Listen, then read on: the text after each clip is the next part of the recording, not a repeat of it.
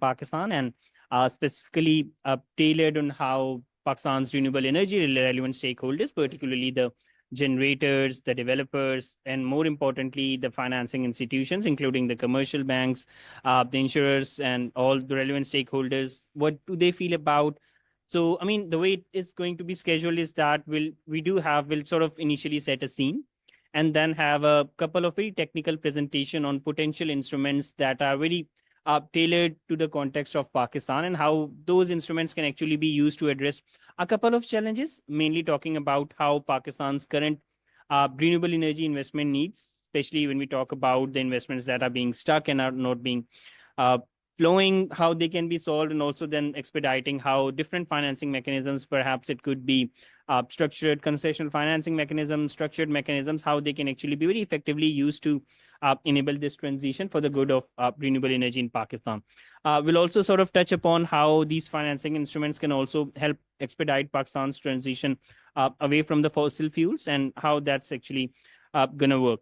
So, but before going into the technical discussion, we do have a couple of presentations. Let me very quickly set some of the housekeeping rules. That is this event, along with being, we do have the people joining us online. And the event is also being streamed on SDPI's different social media platform, including LinkedIn, Facebook, and the recording of the event will be available to all. So you can go back into the presentations, look at those presentations uh, as later as well, and then feel free to share it within your networks as well.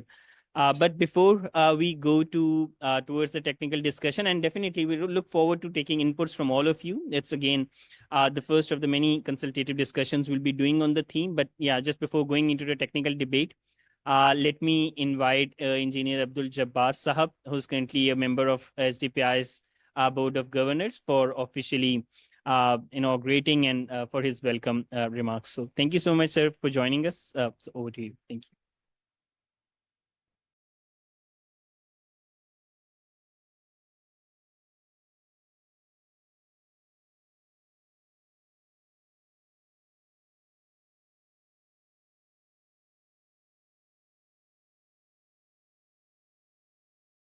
I think, first of all, on behalf of SDPI, I must seek apology for a bit delay, you see, which is a little bit short of half an hour. So, but I think what I would say is that blame has to be shared by both sides. Maybe we were not chasing you, I must say, at the speed of E is equal to MC square. And probably you were also not coming back to us like that. But having said so, I think SDPI is the biggest research think tank group in Pakistan, and it has a lot of credits. I will not go into those details, but you can always search us in the cyber world, and we have a lot of credit ratings amongst regional and amongst global partners in this aspect.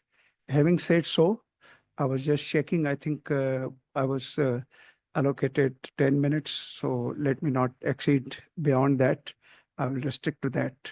So having said so, the topic of the day, it's not what I would say a topic of the day, but it has a preceding occurrences, and it will have more occurrences in the future. I would say in respect of consultation, which I would call a series of consultation, and sometimes in our own domain, when we have larger type of programs, these are also parallel activities in some modified, I would say, subtopics, but leading towards the same objective. You see, financing mechanisms for enabling clean energy transition in Pakistan, you are going to sort of listen to the presentations, and there would be more focusing on what we have invited you for to listen to us. Having said so, I can recall, because I have been associated to political energy of economy for the last many, many years, and basically being myself a power system engineer. So I loved and liked this field, but then this field also created a lot of pains for the society of this country due to its probably, I would not call it a ill planning, but rather required a better planning in respect of establishment of the conveyance of the comfort for the people of this country, say not only domestic, industrial, services, agriculture, and elsewhere. Now, I'll just talk a few words on the, say, financing mechanisms. Now, due to this climate changes, the floods of 10, 22, and all that, Pakistan was seriously being seen as one of the vulnerable countries, and probably not because of the magnitude and level of the disaster, but because of the economy and its standing vis-a-vis the disaster values. You see, we were talking about 10 billion US dollars and all that. I fairly remember when there were a series of consultations by our leaders in overseas. So we're talking about 10 billion disaster. While I think much more bigger disasters, you see, in terms of the quantified values have occurred at many places. But then the question is that they are being addressed not through seeking donations, not through seeking grants, not through, sometimes the Prime Minister says that whenever I go, people think I have come to beg from them. You see, I'm not saying Prime Minister says. So the question is that in such a sort of a weak economy, I would call it sixth populous nation, and in the world trade numbers of import exports and in the dictionary of WTO, we stand somewhere at 50th and 60th number, you see. Not really a proportionate reflection of the real development or sustainable growth, you see, I would say like that. But let me come back on this topic quickly, is that a few years back, the Asian Development Bank and World Bank reports which were more ready for my reference were that Pakistan is not managing another 2 to 3% of GDP growth due to problems in energy. You see, at that time it was more said for the deficiencies, but the problem is that today, if we are much ahead of our requirements in terms of the installed capacity, but then we see that our transmission and distribution networks are not commensurate with what should be called a good planning. So now, again, I'm say jumping back to the topic. Now, what is required? Say, climate crisis. We are also global partners. I remember I have been going to WTO since 1995 in almost all the modes you see. So we are an integrated economy in the globe. Our exports are totally dependent on the importers' conditions. Thereof, for example, one of this is GSP plus and all that. So having said so, we are also having this age in this sense of being integrated. So the Asian Development Bank, the World Bank, and you see other funds, climate funds, and so many other, even some of the very big NGOs and the companies in the developed blocks are thinking that this should become a accredited and recognized form of corporate social responsibility. But here today, I think we are going to discuss on the financing mechanisms. In Pakistan, you see, few years back, the central bank, means the State Bank of Pakistan, had a very big role in development economics. Its act itself said so. But then with the jargon or for considering efficiency of the central bank's conducting of the affairs, the IMF thought that more independent central bank will serve the causes of being custodian of the public money. Because I personally believe that everything is public, you see. They are the consumers and they are the creators and they are the reasons for economic needs, project developments, and so on. So I think in the given situation, the most of the money which is sort of being parted away with is in the safe havens.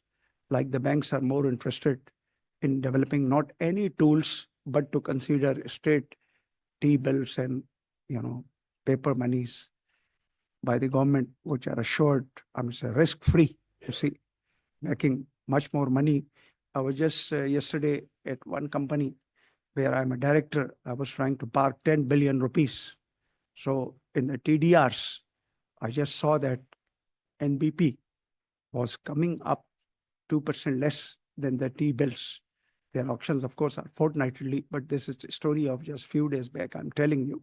So even the companies in the government, they are now, you see, are thinking that the better options are going for a more secure lending and more profit. Now, having said so, the present trend of banks in Pakistan is, please don't consider it a criticism, but this is a fact that we were suggesting the people who are concerned with all these affairs that earlier there used to be concessional loans and SBP would be very much liberal or rather with the leverage to sort of go for such concessional roads in the development economics, especially the exporters were, I must say, having lot of access to those. But I think gradually, I must say, those happy days, I will not say the happy days, also not very due happy days are over. Things are getting bit more rationalized and bit more towards the objective of profitability under which the banks have now. Again, I would say not the solo flight or the sole objective, but it is becoming increasingly strong objective of the banks. Sometimes I think that SLR and all that adjustments, some statutory liquidity requirement adjustment, if they are getting relaxation, probably they can come and to become part of the sustainable growth of the economy. But then I will not go into details, but I personally believe that if the banking instruments and banking, innovative tools and models, they are developed in the development economics towards the objectivity of economic growth, probably the banks will be more beneficiary because whenever there is a growth, there's the money, and whenever there is the money, people are looking forward towards sort of chipping in there and seeking money from the bank and all other sort of mode and means to sort of deploy it for the economic development. Now, finally, a few minutes would be left for me. So I will just think that we over here in SDPI are thinking, and we are also motivated to be thinking, or rather the circumstantial situations of global demands, global needs. Because if we sort of are acting, we have a reciprocation in the international system. But if we are not acting, we hardly can claim any due reciprocation in the development economics and in growth of the country. So I think the mechanisms, finances, and all that. For example, we are talking about green initiatives. Somewhere I was in seminar 2 weeks back. So I was just wondering myself that, okay, green energy, I must say how we can just bridge the gap in present available fossil fuel related and another mix, group of power generation where we are expensive and as against solar, and green initiative, how to balance the whole scenario. That is also a problem. But then a ray of hope also comes that very recently, I think the SIFC has been able to short circuit the over procedural matters and manners, which have facilitated at least, I can say that negotiation with IPPs, some of them have to come close to their contractual life by just getting some payments. And some of them have agreed to certain situations and conditions. Of course, government also has a lot of charge on account of GENCOs and other government power plants. In Punjab alone, 1230 MW, 2 power plants are existing. So let me say like that, this all things require a specialized group of cost economy, and I would say political economy of power, where the experts in the financial institutions, again, under a mandatory or volunteer direction, they have to create specialized groups to really think that how they would sort of mitigate the effects of high front costings and how they will make it workable, and how the growth paradigm is also ensured. For example, I can tell you that 10 years back, when I was a member of board of Samida, we had a problems. The people will come, the ministers would come, so everybody will come. Inclusiveness of Samida, inclusive SMEs. So at that time, 10 years back, I remember Zubair Sumro probably or little bit behind, he was in NBP. So he said, yes, we concede that we almost contribute nothing to the SMEs. Why? Because there are risks. So the word risk from the 10 years back and all that, I remember from the president of the National Bank. Then the problem is that now here in these initiatives, if we consider it, and we should, that national objectives in alignment with the global requirements are to steer themselves. But the problem is that the front cost, the money and all that. So if the banks can possibly sort of, again, the state bank should have a command to ask the banks to chip in some money to create some groups, because on the treasury side, if you go, they are ready to advise you. They have experts that, okay, we can advise you to offer 11, advise you to offer 11.5. So I was very happy to see that during the passage of time, I mean, say the banks have also created such expertise of being advisory. So let's hope that what we are trying to talk about is that we may be able, but we are trying to find a ability of just making this consultation as purchasing of thoughts which we are trying to sort of during these consultations, that banks should now have such specialized groups, and the banks will have an advantage because the multilaterals and the multilateral banks and almost even the I would say World Bank has an interest. I would not say the focal interest, but an interest how the developing economies like us could be rescued in this respect. So that would be one of the objective. And then even in those objectives, for example, I remember Professor Sinikbal, when the last government of Nawaz Sharif came. So he said, well, our problem is that we produce more, but we cannot transmit. We cannot distribute. So now the people, I would say people means, I would say the entities, banks, financial institutions, when they are lending, when they are investing money, probably they should have group of all experts, I would say, in the field who can advise even the government in sort of suggesting and proposing some of the policies where it is not bilateral from the government, it is a trilateral. Maybe from the outside, Pakistan, we can receive some of the assistances, not only in terms of expertise, but in terms of available, I mean, say, resources also. So the combination of those can unlock the requirements which we have. So I think, let me check myself. I think I'm almost over now, getting to 10 minutes. So I love whenever I get a chance. I really feel deprived when I have to leave. I not feel comfortable when I leave this, like, but I think I have a 10 minutes. So I complete my 10 minutes, and thank you very much. Oh, thank you. Thank you so much, sir. Again, especially talking from the perspective of state bank, how the monetary policies, they do sort of set that direction, talking about the role of commercial financing institutions. And I believe that has made my job a bit easier as well. But yeah, just to again quickly let me also sort of set a scene that when we actually talk about renewable energy transition, where do the financing institutions come in, whether it be the central bank, what role do they play, what role do the commercial banks play, insurance, security.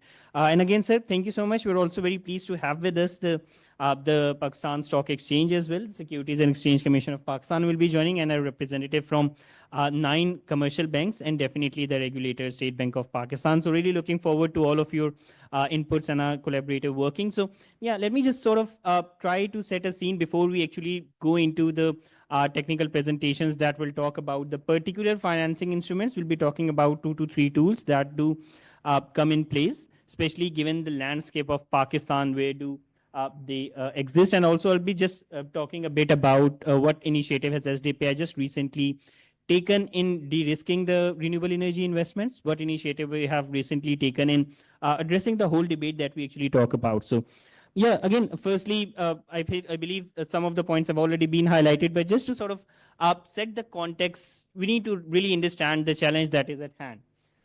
I mean, we talk about energy transition, we talk about renewable energy transition. Let's sort of all agree on a single point that energy transition has a cost associated with it. I mean, definitely when you talk about it, you need to come up with the new capital, you need to sort of upgrade your technology.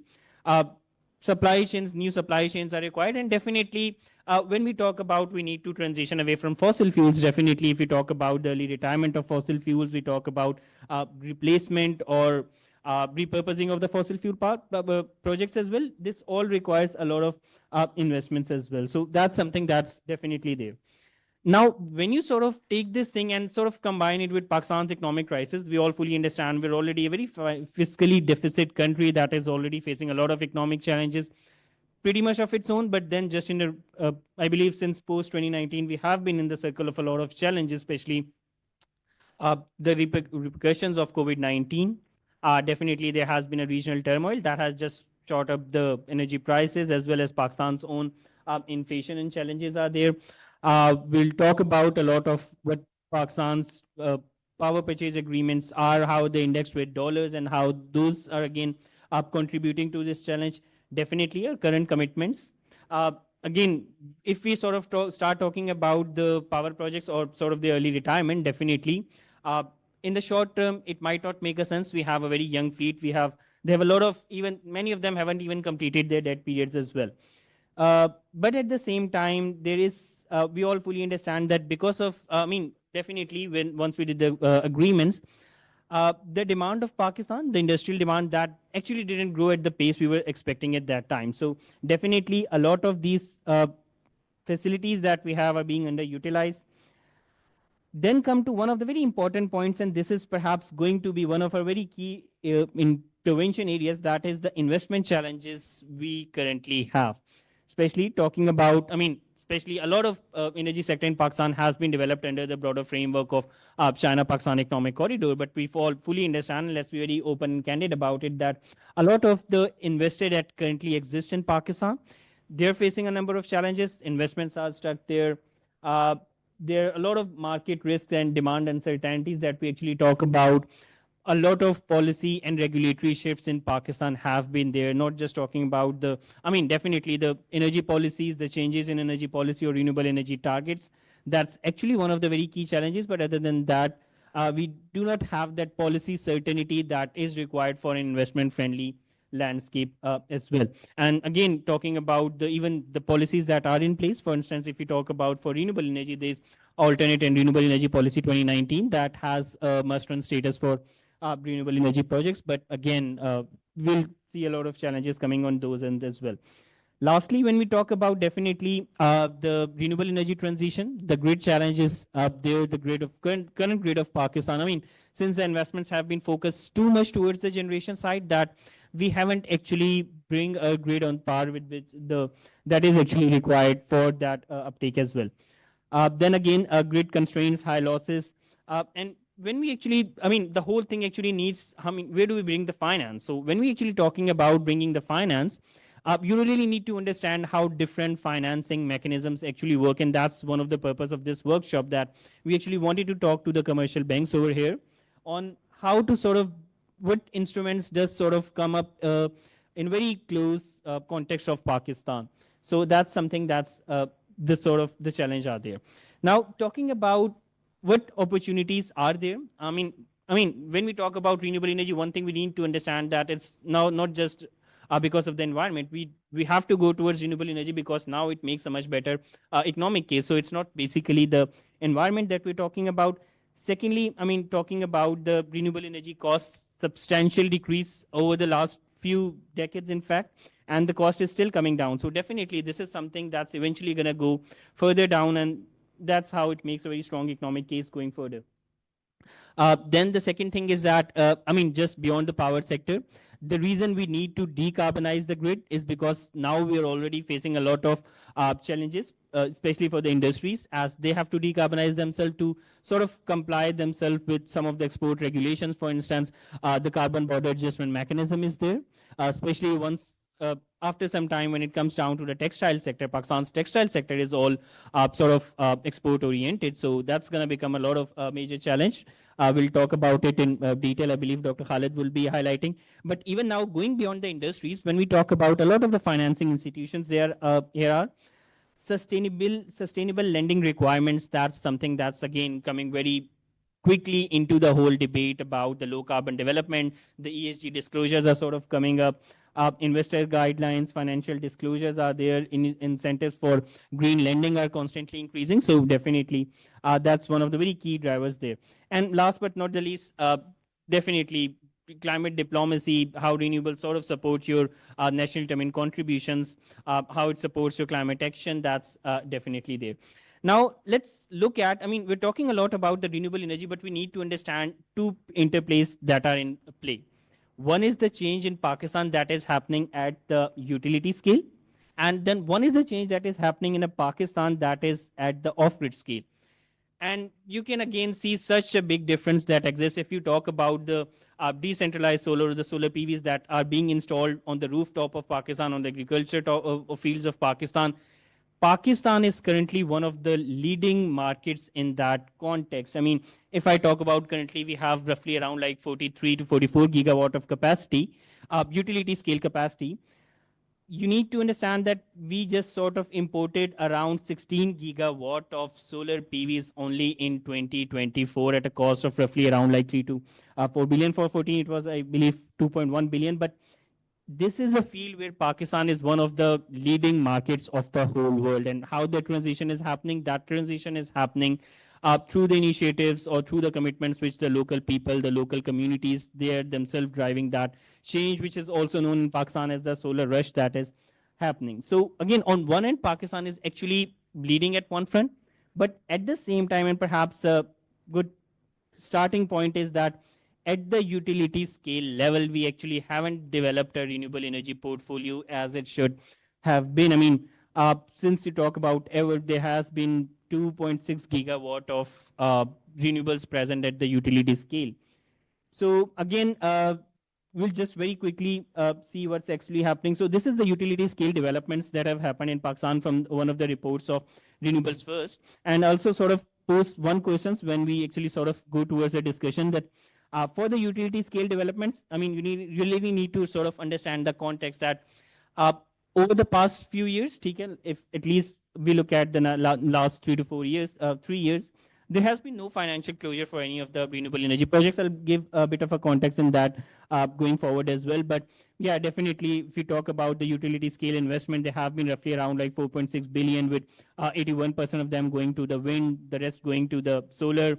There's some in pipeline as well. So one thing that we'll sort of try to understand is that of all the challenges that these power projects are facing, or the reason exactly why we haven't been able to develop the renewable energy at utility scale, what do we need to do? How do we actually sort of de-risk the investments, and how that's actually happening? So that's going to be the first question we'll sort of try to figure out today. The second is, again, that we talked about Pakistan's solar PV rush. The 16 gigawatt figure, the import values. I mean, what another thing we really need to understand is that a lot of this, a significant portion of this is happening through the support of Chinese, because that they are the mainly ones from where we are sort of importing these solar PV, and then a lot of other initiatives have Pakistan recently signed as well. And just to sort of give you other figures, that this intake of import of solar PVs is not stopping. Just in the very start of, if we look at the past couple of months, we have imported another 5 gigawatt of solar PV into the country. So that is a trend that will sort of continue in the coming years. The reason, because the people think of this energy as comparatively a more cheaper source than sort of going onto the grid. But again, there's a lot of interventions, a lot of areas to which we can further support that. So this is now where, I mean, just a couple of instruments where the role of financing institutions come in. And how do we actually go about that? I mean, definitely, if we talk generally, then financing institution or this transition happen, the role comes in two places. For energy transition, one is again you sort of provide a more enabling policies, and the second is you again sort of go through the route of different monetary policies there, your policy rates are there. So when we actually talk about the first important thing that comes around the monetary policy, where to enable this transition, you can go for the preferential interest rate, carbon pricing tax, and the loan assessments that could be there. Blended and concessional financing mechanisms is going to be one of the very key areas for which we are going to focus today. For example, Asian Development Bank launched this energy transition mechanism in Pakistan with the purpose of enabling the investments going into renewable energy, and also how do mechanisms such as energy transition mechanism ETM enable the transition or finance the mobilize the finance to go away from the fossil fuel as well. Then risk sharing facilities are there, a lot of credit green credit lines are there. The third thing that actually comes up around is scaling instruments and capital markets. Definitely talking about, we already have a green bond, sustainability linked bonds are there. Carbon markets is just again going to be one of the very important component that is there, especially in the context of Pakistan, when we have just recently launched a carbon market policy, as well as the guidelines for trading under carbon markets as well. Last but not the least, and perhaps one of the most important points, and that's where the role of regulators come in, that is in strengthening the governance, mainly through green taxonomy or mandating these ESG disclosures as well, or going for the public-private partnerships models for the RE infrastructure. So just ending this before we go towards a more technical presentation from Dr. Khalid Waleed, how SDPI is sort of doing this, or what is the new initiative that SDPI has taken. So we have developed this initiative, which is called enabling the green financing framework in Pakistan, in which we are working in very close collaboration with the State Bank of Pakistan in scoping some of the very priority solutions that can address the issue in the context of Pakistan. So this is going to be a 2 years program. I'll show you what's about to happen in the first year. But again, through this, we'll develop a de-risking framework for renewable energy in Pakistan. And then come up with a priority policy solution or instruments that are very relevant, particularly in the case of Pakistan. The second angle would be, doing a lot of consultations, because we want the whole discussion to be very inclusive. We want the inputs from all the generators present over here, from all the commercial banks present over here, what their thoughts are. So there's going to be almost a number of capacity building, or more importantly, the consultative sessions as well. Just ending this with this timeline, that this is again going to be, this is the first consultation that we are doing. Along with that, we have developed an advisory group that will be working on this. That includes the State Bank of Pakistan. From the commercial banks, we initially have HBL with us and Bank of Punjab.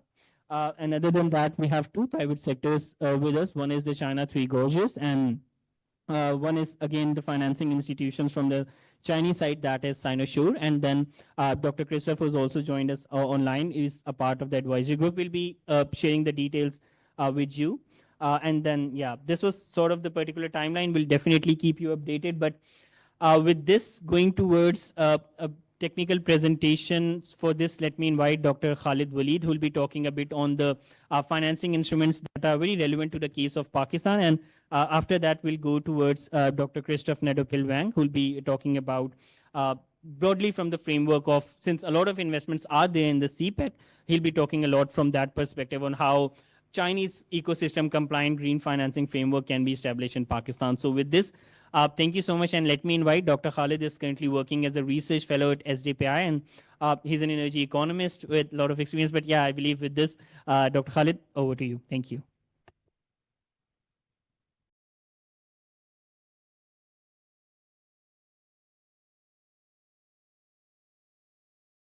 Okay, thank you so much, Ubad. Thank you so much, everyone. Ubad has made my job very easy. I would not be spending much of your time here.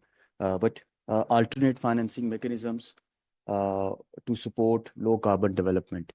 Jabbar Saab has said a very important thing, that the policies, particularly the financial policies, they should complement economic growth. This is the crux that the policymakers, either they are economic policymakers, they are energy planners, they should follow, that each of their policies, they should be pro-growth policies, and growth should be inclusive. That is the formula for Pakistan's development. Going forward, delving right into it, Pakistan's energy economics, it is in turmoil because we haven't integrated it with our macroeconomics. If you see this table, you'll see that Pakistan's capacity charges, they have been bifurcated here.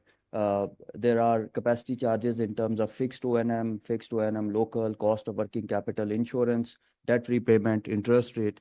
All of these are indexed with these macroeconomic indicators, US CPI, national CPI, KIBOR, LIBOR.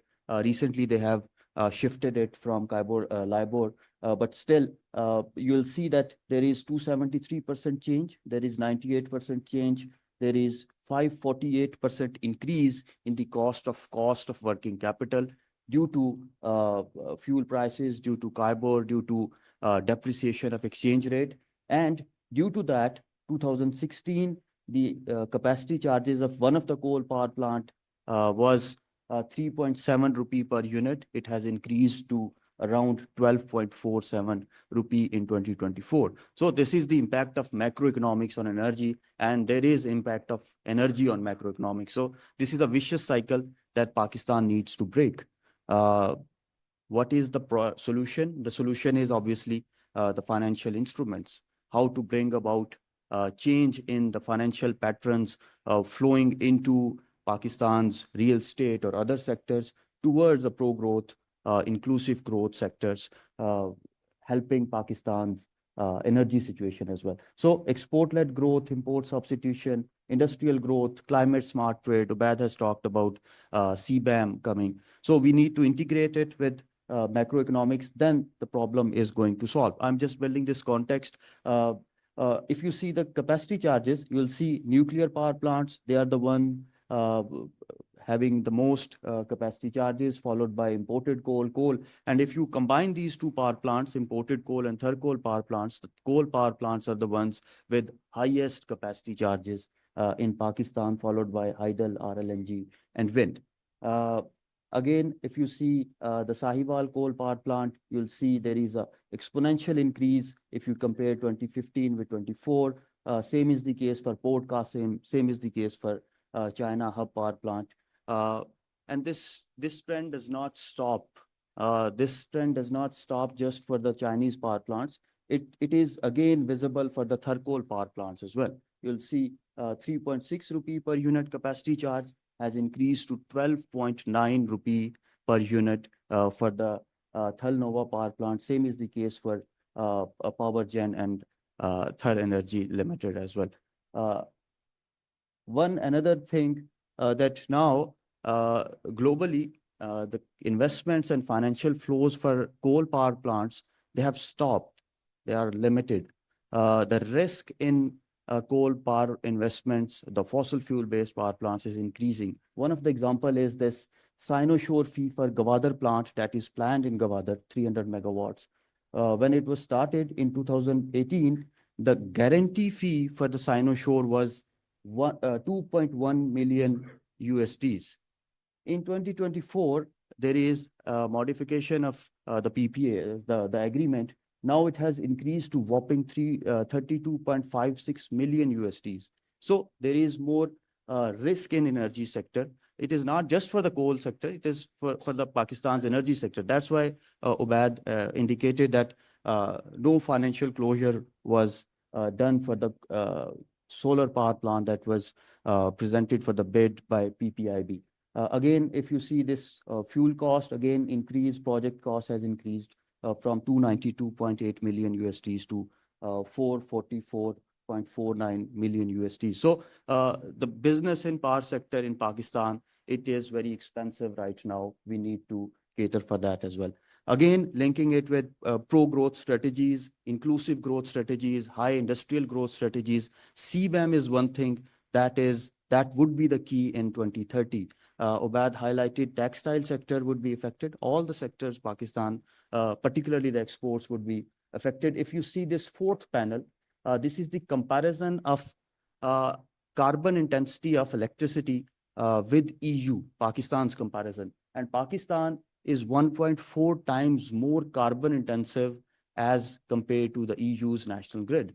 What does it mean? And these estimates are from World Bank's CBAM exposure index, which sort of estimates what is the comparative positioning of countries in terms of CBAM affected rates. So these have been updated around Pakistan, 1.76 times more carbon intensive as compared to EU. What does it mean? If we are exporting 1 unit to EU at the price of 100 euros after CBAM, if the situation remains the same and the grid remains highly carbon intensive, the price will increase to 140 euros. And this will hurt Pakistan's export competitiveness.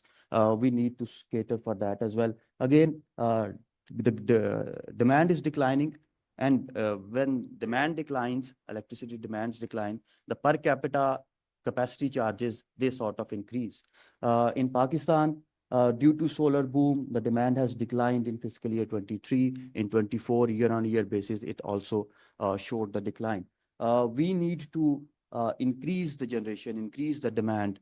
One way is to utilize our power plants.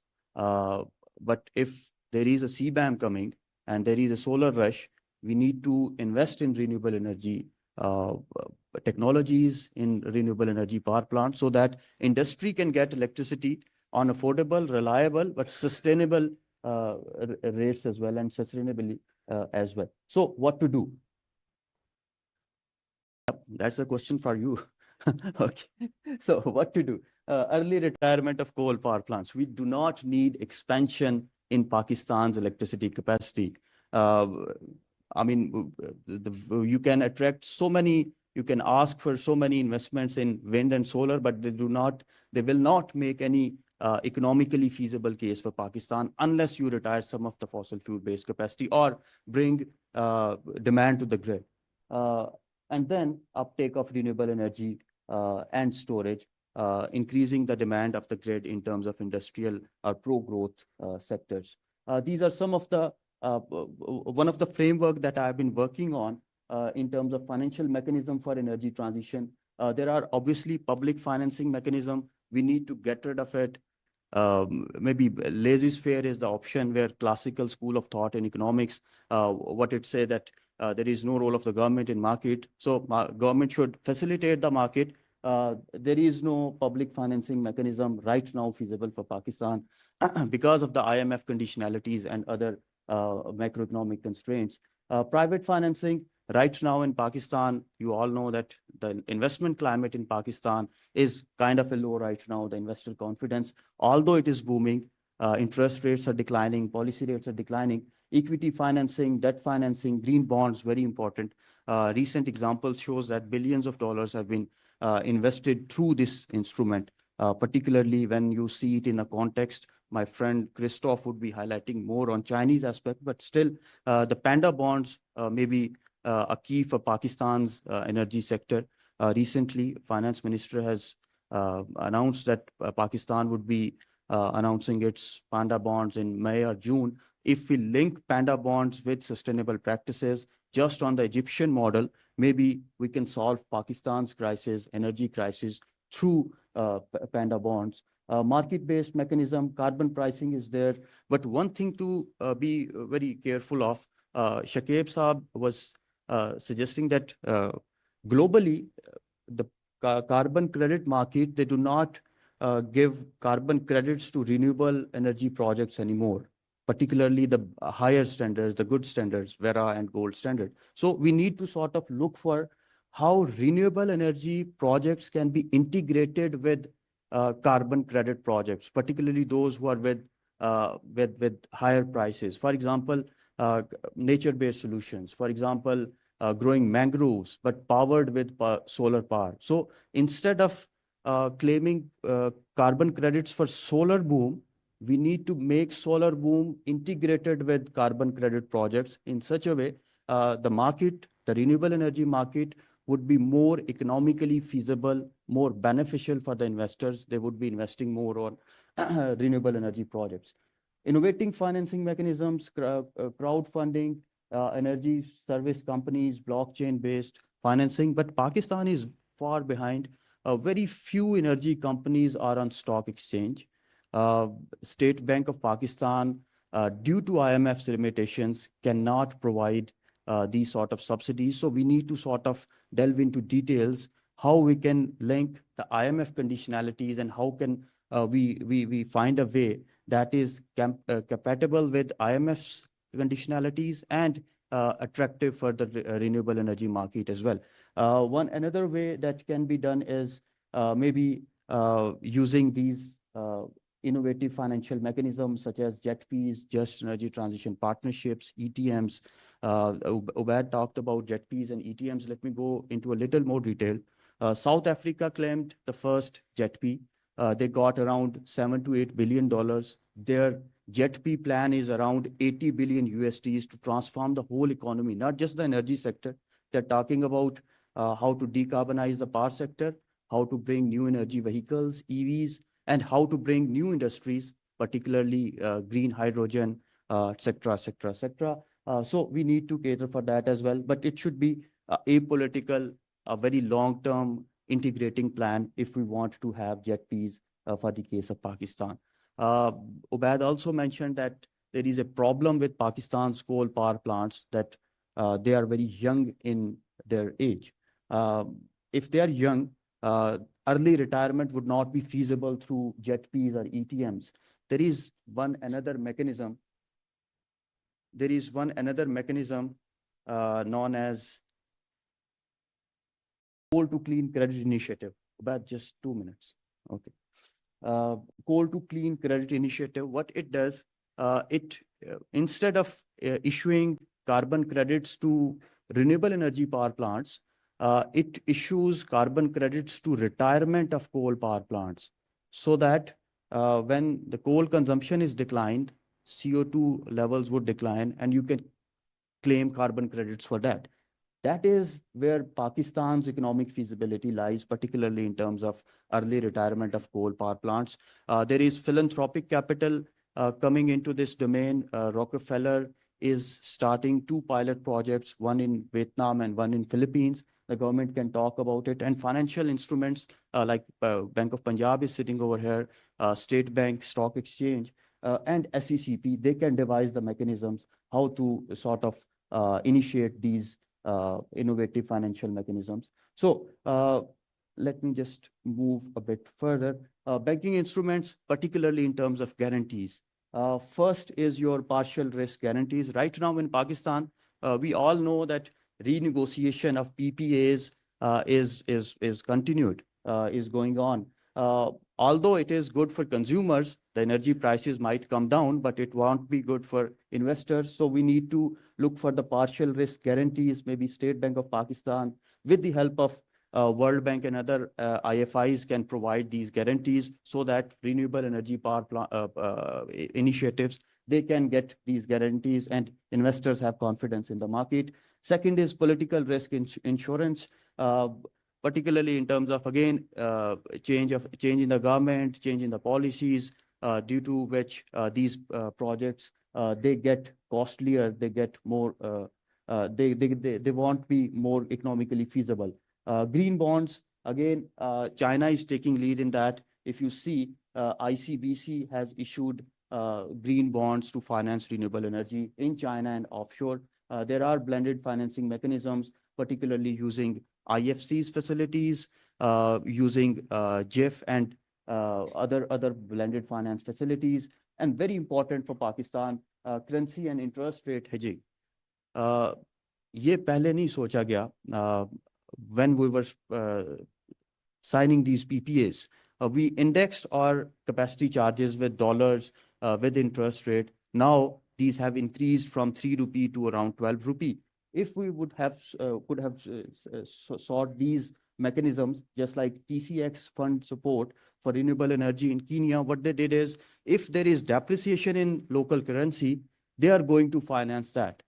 If we would have done that, Pakistan's energy sector will be in a very good position. And then lastly, warehouse financing and green securitization. Lastly, there is another mechanism that is known as positive screening mechanism, which means that whenever bank is going to finance a project, they went through a process known as negative screening, which means they go for the risk mitigation, analysis of risk, what are different risks associated with it, but they do not see the benefits.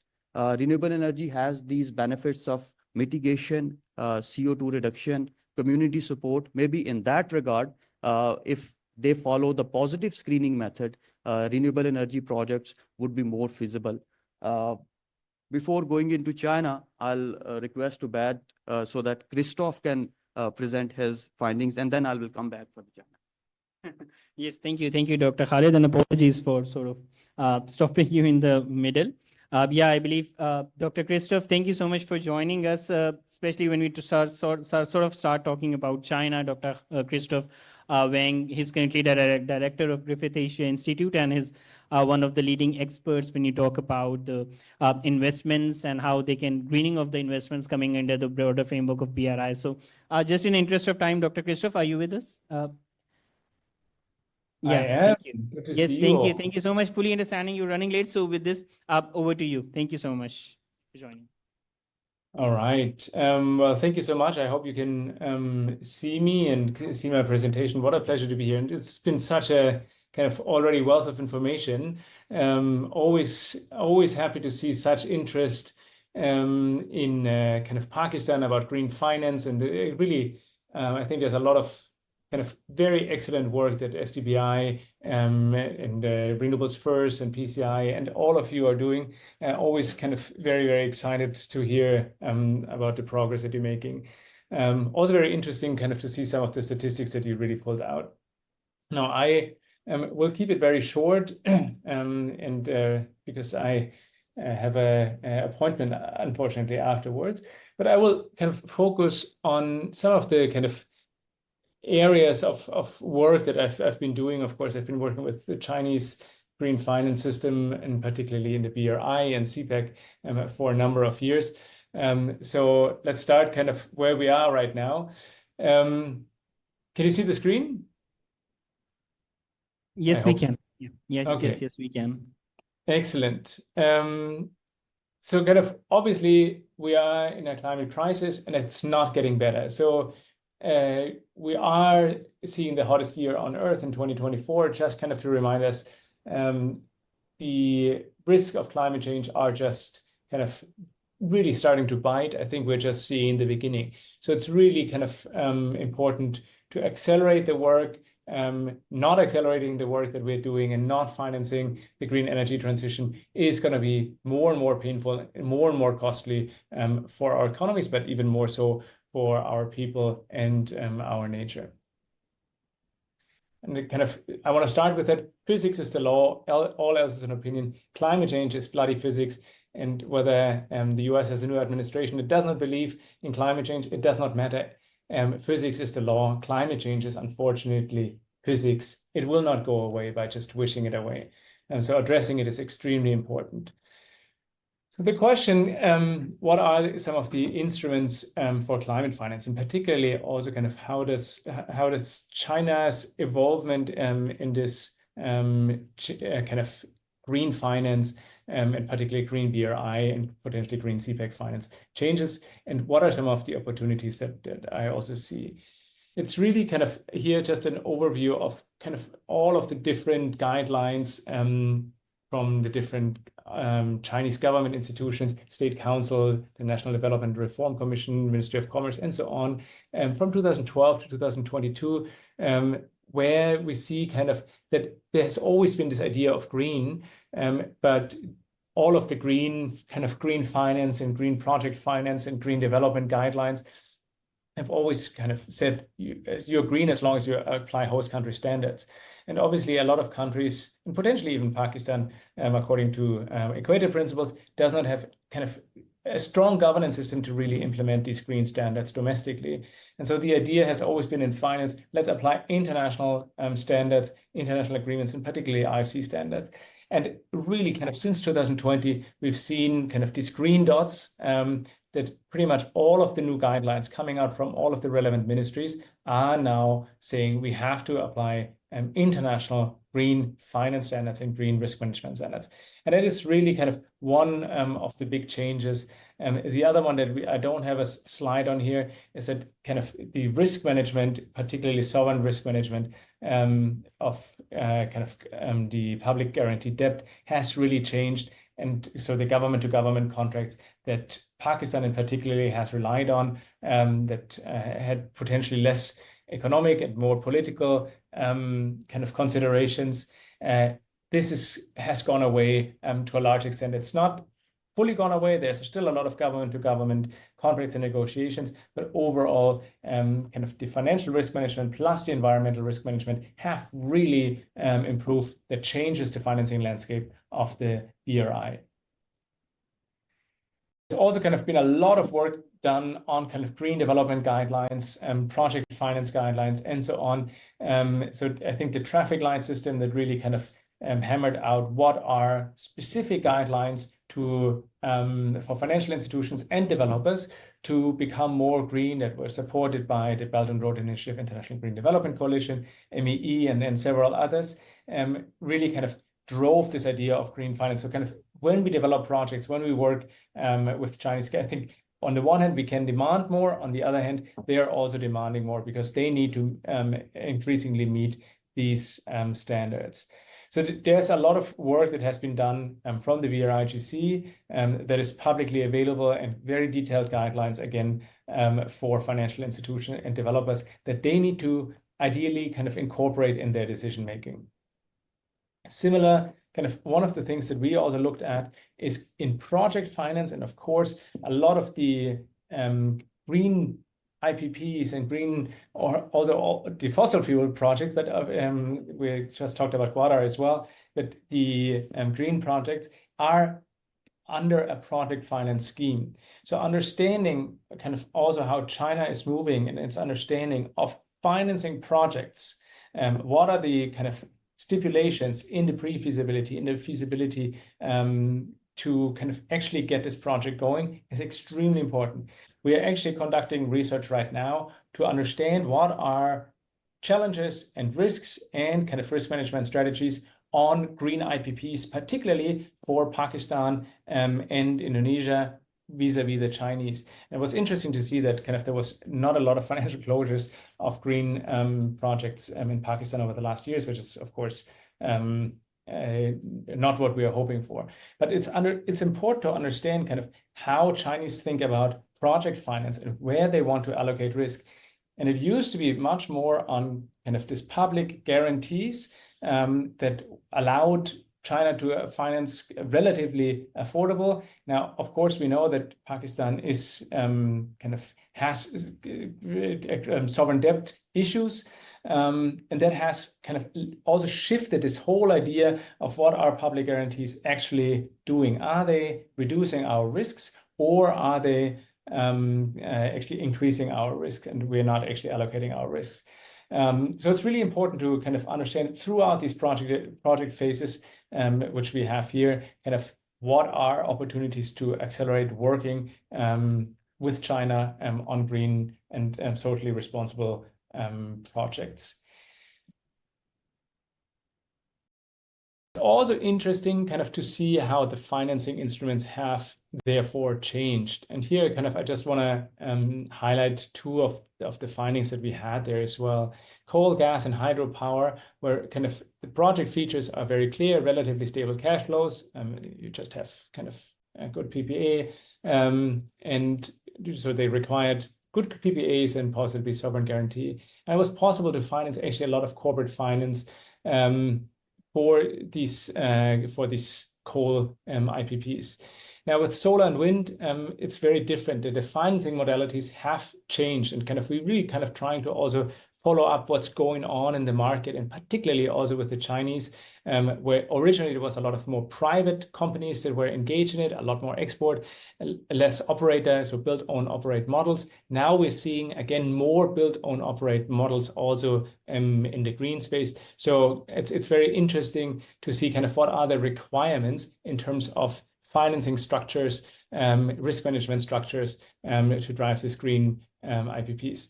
The advantage of green IPPs compared to fossil fuel IPPs is the green IPPs do have a lot more access to diverse international financing sources, a lot more flexible financing models than previously with the fossil fuel. So it's actually, I think, an opportunity, but it's also, of course, we have to kind of build more capacity around understanding these financing sources. Now, I will skip some slides here and just talk a little bit about the issue of greening sovereign debt. And there's also kind of, we've engaged with kind of a number of different institutions in China, and this is still a lot of conversations ongoing. And we published kind of in the end a report with the United Nations Development Program on kind of reorienting sovereign debt to support nature and the SDGs. And a whole kind of chapter was actually on how can Pakistan utilize kind of its debt that it has, sovereign debt with China, to green kind of to support greening of the economy. And there's a whole lot of different instruments to really also not only look at kind of the corporate finance, but of course also on the public guaranteed finance. And this is really an opportunity, particularly between Pakistan and China, where a lot of the existing debt is actually public guaranteed debt, where Pakistan, so to say, owes